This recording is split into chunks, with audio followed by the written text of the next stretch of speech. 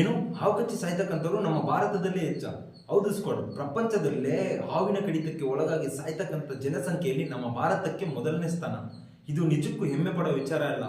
ಅದರಲ್ಲೂ Indian medical association survey ಪ್ರಕಾರ ಪ್ರತಿ ವರ್ಷಕ್ಕೆ 65,000ಕ್ಕೂ ಹೆಚ್ಚು ಜನ ಈ ಹಾವಿನ ಕಡಿತಕ್ಕೆ ಒಳಗಾಗಿ ಸಾವನ್ನಪ್ತಾ ಇದ್ದಾರೆ. ಇದರಲ್ಲಿ ಇನ್ನೊಂದೇನಪ್ಪ ಆಶ್ಚರ್ಯ ಪಡ್ತಕ್ಕಂಥ ವಿಷಯ ಅಂತಂದ್ರೆ, ಪ್ರಪಂಚದಲ್ಲಿ 100 ಜನಕ್ಕೆ ಹಾವು ಕಚ್ಚಿ ಸಾವನ್ನಪ್ಪಿದ್ರೆ ಅದರಲ್ಲಿ 80% ಪೀಪಲ್ ನಮ್ಮ ಭಾರತಕ್ಕೆ ಸೇರಿದವರಾಗಿರ್ತಾರೆ. ಹಾಗಾದ್ರೆ ನಮ್ಮ ಭಾರತದಲ್ಲಿ ವಾಸವಾಗಿರ್ತಂಥ ಜನಗಳಿಗೆ ಇದರ ಬಗ್ಗೆ ಮಾಹಿತಿ ಇಲ್ವಾ, ಅರಿವಿಲ್ವಾ ಅಂತ ಕೇಳಿದ್ರೆ ಡೆಫಿನೆಟ್ಲಿ ಎಜುಕೇಟೆಡ್ಸ್ಗೆ ಅಲ್ಪ ಸ್ವಲ್ಪ ಮಾಹಿತಿ ಇದ್ರೂ ಗ್ರಾಮಪುರದಲ್ಲಿ ವಾಸವಾಗಿರ್ತಕ್ಕಂಥ ವ್ಯವಸಾಯ ಮಕ್ಕಳಿಗೆ ಇದರ ಬಗ್ಗೆ ಅರಿವು ಅನ್ನೋದು ತುಂಬಾನೇ ಕಡಿಮೆ. ಹಾಗಾದ್ರೆ ಇವತ್ತಿನ ಈ ವಿಡಿಯೋದಲ್ಲಿ ಹಾವು ಕಚ್ಚಿದಾಗ ಏನೆಲ್ಲ ಮಾಡಬೇಕು, ಏನೆಲ್ಲ ಮಾಡಬಾರ್ದು ಅನ್ನೋದನ್ನು ತಿಳಿಸ್ಕೊಡ್ತೀನಿ. ಅದಷ್ಟೇ ಅಲ್ಲ, ಯಾವ ಹಾವುಗಳು ಮೋಸ್ಟ್ ಡೇಂಜರಸ್ ನಮ್ಮ ಭಾರತದಲ್ಲಿ ಅನ್ನೋದನ್ನು ಸಹ ನಾನು ನಿಮಗೆ ತಿಳಿಸ್ಕೊಡ್ತೀನಿ. ನಮಸ್ಕಾರ ಕರ್ನಾಟಕ, ನಾನು ನಿಮ್ಮ ಪ್ರೀತಿಯ ಗಡಿನಾಡು ಕನ್ನಡಿಗ. Let's get in with big topic.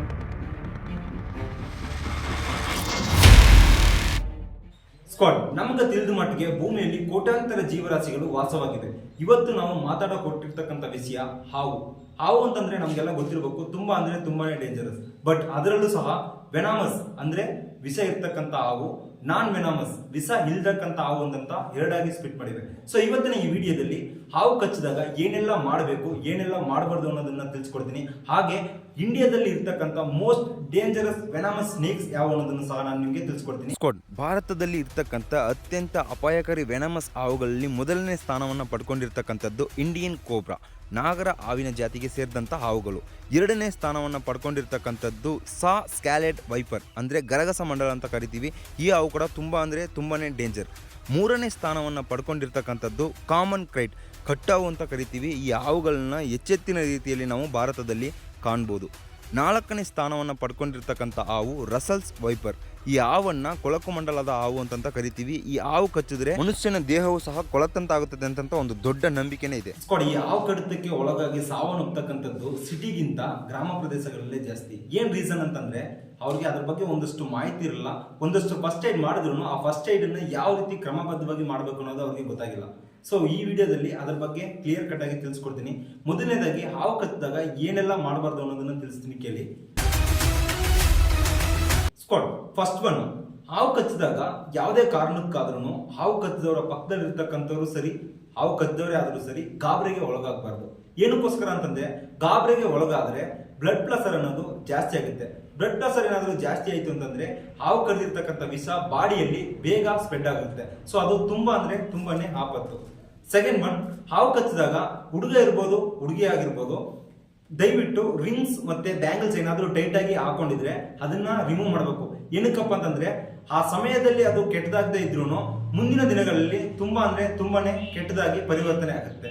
Third one, ಹಾವು ಕಚ್ಚಿದಂಥ ವ್ಯಕ್ತಿಯನ್ನ ಬಾಡಿಯಲ್ಲಿ ವಿಷ ಸ್ಪ್ರೆಡ್ ಆಗದೆ ಇರ್ಲಿಕ್ಕೋಸ್ಕರ ಈ ರೀತಿ ರೆಸ್ಕ್ಯೂ ಪೊಸಿಷನ್ ಅಲ್ಲಿ ಮಲಗಿಸೋದು ಅತ್ಯುತ್ತಮ. ಫೋರ್ತ್ ಒನ್, ನಮ್ಮಲ್ಲಿ ಅದೆಷ್ಟೋ ಜನ ವಿದ್ಯಾವಂತರಿರ್ಬೋದು, ವಿದ್ಯಾವಂತ ಇಲ್ಲದೆ ಇರ್ಬೋದು, ಗೊತ್ತಿಲ್ದೇನೋ ಈ ತಪ್ಪನ್ನ ಎಚ್ಚೆತ್ತಿನ ರೀತಿಯಲ್ಲಿ ಮಾಡ್ತೀವಿ. ಏನಪ್ಪಾ ಅಂತಂದ್ರೆ, ಹಾವು ಕಚ್ಚಿದ್ರು ಸರಿ, ಬೇರೆ ಏನಾದ್ರೂ ಗಾಯ ಆದ್ರೂ ಸರಿ, ಓಡೋಗಿ ಮೊದಲು ಐಸ್ ಕ್ಯೂಬ್ ಅನ್ನ ತಂದು ಆ ಗಾಯ ಇರ್ತಕ್ಕಂಥ ಸ್ಥಳದಲ್ಲಿ ಇಡ್ತೀವಿ. ಆ ರೀತಿ ನಾವು ಮಾಡ್ಲಿಕ್ಕೆ ಹೊರಡಬಾರ್ದು. ಏನಕ್ಕಪ್ಪ ಅಂತಂದ್ರೆ, ಅದು ಮುಂದೆ ಸೆಪ್ಟಿಕ್ ಆಗ್ಲಿಕ್ಕೂ ಸಹ ಒಂದು ದೊಡ್ಡ ಮಾದರಿಯಾಗಿರುತ್ತೆ. ಫಿಫ್ತ್ ಒನ್, ಈ ಪಾಯಿಂಟ್ ಅಲ್ಲಿ ನಾನು 3 ವಿಷಯಗಳನ್ನ ನಿಮ್ಗೆ ತಿಳಿಸ್ಕೊಡ್ತೀನಿ. ಈ 3 ವಿಷಯಗಳನ್ನ ಗ್ರಾಮ ಪ್ರದೇಶಗಳಲ್ಲಿ ಎಚ್ಚೆತ್ತಿನ ರೀತಿಯಲ್ಲಿ ಮಾಡ್ತಾ ಇರ್ತೀವಿ. ಏನಪ್ಪಾ ಅಂತಂದ್ರೆ, ಹಾವು ಕಚ್ಚಿದಾಗ ಆ ಸ್ಥಳವನ್ನ ಸೋಪಿಂದನೋ ಇಲ್ಲ ಸ್ಯಾಂಪಿಂದನೋ ವಾಶ್ ಮಾಡ್ತಕ್ಕಂಥದ್ದು. ಈ ರೀತಿ ಮಾಡ್ಲಿಕ್ಕೆ ನಾವು ಹೊರಡಬಾರ್ದು. ಅದಷ್ಟೇ ಅಲ್ಲ, ಹಾವು ಕಚ್ಚಿದ ವ್ಯಕ್ತಿಗೆ ನಾವು ಫುಡ್ ಮತ್ತೆ ವಾಟರ್ ಅನ್ನ ಕೊಡ್ತಾ ಇರ್ತೀವಿ. ಆ ರೀತಿನೂ ಸಹ ನಾವು ಕೊಡ್ಲಿಕ್ಕೆ ಹೋಗ್ಬಾರ್ದು. ಏನಪ್ಪಾ ಅಂತಂದ್ರೆ, ಆ ರೀತಿ ಆಹಾರವನ್ನ ನಾವು ಸೇವನೆ ಮಾಡಿದಾಗ ಬೇಗ ಪಾಯ್ಸನ್ ಅನ್ನೋದು ಬಾಡಿಯಲ್ಲಿ ಸ್ಪ್ರೆಡ್ ಆಗಕ್ಕೆ ಶುರು ಮಾಡುತ್ತೆ. ಅದಷ್ಟೇ ಅಲ್ಲ, ಸೋಪ್ ಹಾಕಿ ವಾಶ್ ಮಾಡೋದ್ರಿಂದನೂ ಸಹ ಆ ವಿಷ ಅನ್ನೋದು ಬೇಗ ಬಾಡಿಗೆ ಸ್ಪ್ರೆಡ್ ಆಗಕ್ಕೆ ಚಾನ್ಸಸ್ ಇರುತ್ತೆ. ಲಾಸ್ಟ್ ಒನ್ ಏನಪ್ಪಾ ಅಂತಂದ್ರೆ, ಹಾವು ಕಚ್ಚಿದ ವ್ಯಕ್ತಿಯನ್ನ ಒಂದು ಸ್ಥಳದಿಂದ ಇನ್ನೊಂದು ಸ್ಥಳಕ್ಕೆ ಸೇರಿಸಬೇಕು ಅನ್ನೋ ಅವಸರದಲ್ಲಿ, ಈಗಾಗಲೇ ಗೊತ್ತಿರಬೇಕು, ಗ್ರಾಮ ಪ್ರದೇಶ ಅಂತಂದ್ರೆ ಹಾಸ್ಪಿಟಲ್ಸ್ ತುಂಬಾ ದೂರ ಇರ್ತವೆ. ಅದಷ್ಟೇ ಅಲ್ಲ, ಮ್ಯಾಕ್ಸಿಮಮ್ ವ್ಯವಸಾಯ ಅನ್ನೋದನ್ನ ಎಚ್ಚೆತ್ತಿನ ರೀತಿಯಲ್ಲಿ ಮಾಡ್ತಿರ್ತಾರೆ. ವ್ಯವಸಾಯ ಮಾಡ್ತಕ್ಕಂಥ ಸ್ಥಳಗಳಲ್ಲಿ ಹಾವು ಕಚ್ಚಕ್ಕೆ ಒಳಗಾಗ್ತಕ್ಕಂಥದ್ದು ತುಂಬಾ ಕಾಮನ್ ಅಂತ ಸಹ ಹೇಳ್ಬೋದು. ಸೊ ಹಾಗಾಗಿ ಅವ್ರು ಏನ್ ಮಾಡ್ತಾರೆ ಅಂತಂದ್ರೆ, ವ್ಯಕ್ತಿನ ಒಂದು ಸ್ಥಳದಿಂದ ಇನ್ನೊಂದು ಸ್ಥಳಕ್ಕೆ ತಗೊಂಡೋಗಿ ಸೇರಿಸಬೇಕು ಅಂತ ಆ ವ್ಯಕ್ತಿನ ಓಡಿಸ್ಕೊಂಡೋ ಇಲ್ಲ ನಡೆಸ್ಕೊಂಡೋ ಕರ್ಕೊಂಡು ಹೋಗ್ತಿರ್ತಾರೆ. ಸೊ ಈ ರೀತಿ ಮಾಡೋದ್ರಿಂದ ಬಾಡಿಗೆ ವಿಷ ಅನ್ನೋದು ಬೇಗ ಸ್ಪ್ರೆಡ್ ಆಗಿ ಆ ವ್ಯಕ್ತಿ ಅಲ್ಲೇ ಸಾವನ್ನು ಕೂಡ ಹಕ್ಬೋದು. ಸ್ಕ್ವಾಡ್ ಇಷ್ಟೊತ್ತು ಹಾವು ಕಚ್ಚಿದಾಗ ಏನೆಲ್ಲ ಮಾಡಬಾರ್ದು ಅನ್ನೋದನ್ನ ತಿಳಿಸ್ಕೊಟ್ಟಿ.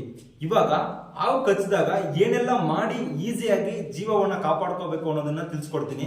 ಫಸ್ಟ್ ಒನ್, ಮೊದಲನೇದಾಗಿ ನಾವು ಕಚ್ಚಿರ್ತಕ್ಕಂಥ ಹಾವು ವಿಷಕಾರಿನ ಇಲ್ಲ ವಿಷರಹಿತನ ಅನ್ನೋದನ್ನ ತಿಳ್ಕೋಬೇಕು. ಹೇಗಪ್ಪ ಅಂತಂದ್ರೆ, ಈಗಾಗಲೇ ನಾನು ನಿಮಗೆ ತಿಳಿಸಿದ್ದೀನಿ, ವೆನಾಮಸ್ ಅಂದರೆ ವಿಷಕಾರಿ, ನಾನ್ ವೆನಾಮಸ್ ಅಂದರೆ ವಿಷ ಇಲ್ದಕ್ಕಂಥದ್ದು. ಸೊ ಇದನ್ನು ಈಸಿಯಾಗಿ ನಾವು ಫೈಂಡ್ ಔಟ್ ಮಾಡ್ಬೋದು. ಆ್ಯಕ್ಚುಲಿ ನೀವು ಪಿಕ್ಚರ್ ನೋಡಿದ್ರೆ ಗೊತ್ತಾಗುತ್ತೆ, ವೆನಾಮಸ್ ಕಚ್ಚಿರ್ತಕ್ಕಂಥದ್ದು ಡಬಲ್ ಡಟ್ ಚೆನ್ನಾಗೇ ಕಾಣ್ತಾ ಇದೆ, ನಾನ್ ವೆನಾಮಸ್ ಕಚ್ಚಿರ್ತಕ್ಕಂಥದ್ದು ಅಷ್ಟೊಂದು ಕ್ಲಿಯರ್ ಆಗಿ ಇಲ್ಲ.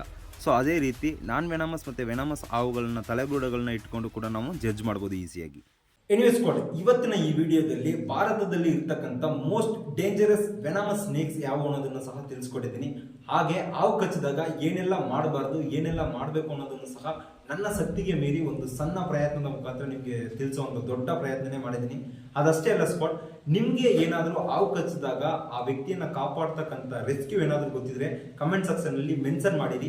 ಹಾಗೆ ಈ ವಿಡಿಯೋ ಇಷ್ಟ ಆದರೆ ಲೈಕ್ ಮಾಡಿ, ಇಷ್ಟ ಆಗಲಿಲ್ಲ ಅಂತಂದ್ರೆ ಡಿಸ್ಲೈಕ್ ಮಾಡಿ. ನೆಕ್ಸ್ಟ್ ಯಾವ ವಿಡಿಯೋ ಮಾಡೋಣ ಅನ್ನೋದನ್ನ ಕಮೆಂಟ್ ಸೆಕ್ಷನ್ ಅಲ್ಲಿ ಮೆನ್ಷನ್ ಮಾಡಿರಿ. ಎನಿವೇಸ್ ಸ್ಕ್ವಾಡ್, ಇವತ್ತಿನ ವಿಡಿಯೋ ನಿಮಗೆಲ್ಲ ಇಷ್ಟ ಆಗಿರುತ್ತೆ ಅನ್ಕೊಳ್ತೀನಿ. ನನ್ನ ಚಾನಲ್ಗೆ ಯಾರಾದರೂ ಹೊಸಬ್ರಾಗಿ ಬಂದಿದೆ ಮರಿದೆ ಸಬ್ಸ್ಕ್ರೈಬ್ ಆಗಿ ಬೆಲ್ ಬಟನ್ ಕ್ಲಿಕ್ ಮಾಡಿ ಆಲಲ್ಲಿ ಇಟ್ಕೊಳ್ಳಿ. ಅವಾಗಲೇ ನಾನು ಹಾಕೋ ಪ್ರತಿಯೊಂದು ವಿಡಿಯೋನು ನಿಮಗೆ ನೋಟಿಫಿಕೇಶನ್ ಆಗಿ ಬಂದು ಸೇರುತ್ತೆ. ಮತ್ತೆ ಹೊಸ ವಿಡಿಯೋದಲ್ಲಿ ಸಿಗೋಣ. Love you all. ಜೈ ಕರ್ನಾಟಕ ಮಾತೆ.